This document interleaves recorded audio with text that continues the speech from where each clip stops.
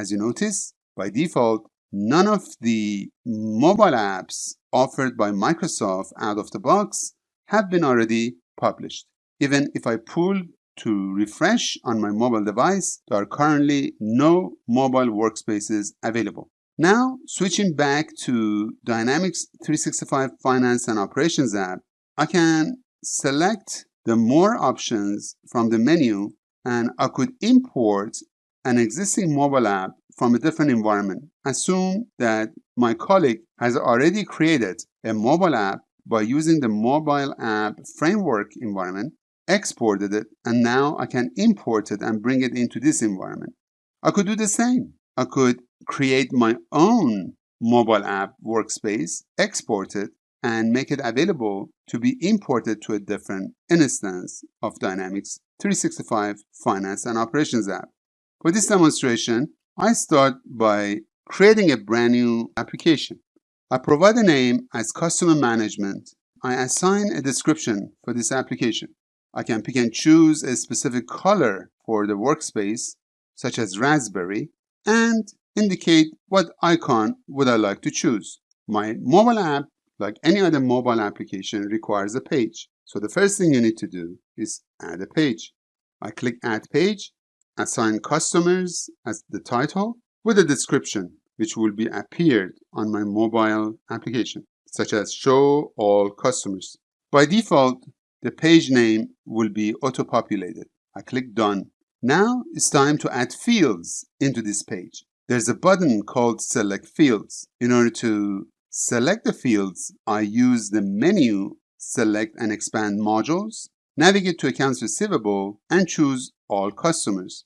As you notice, the list of existing customers are being shown. The mobile app framework is smart enough to understand the underlying data source for each page or list page that I'm navigating to. That is why the Select Fields button is enabled. By selecting this specific button, you notice that selected row graphically adds plus icons next to each field which is selectable to be added into my mobile app. You can select any other record, and as you notice, the icons will move accordingly.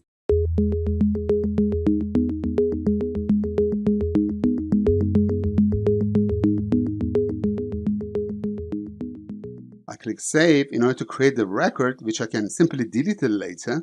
Then I click Done. It gives me the same message, but this time I have guaranteed that I've completed the actions such as save, delete, submit, or any other actions that are necessary. This time I click Yes. My action has been created. I click back twice, and now the customer actions has been added. Therefore, I click Done. And similarly, when I click Save, I can choose the existing ID.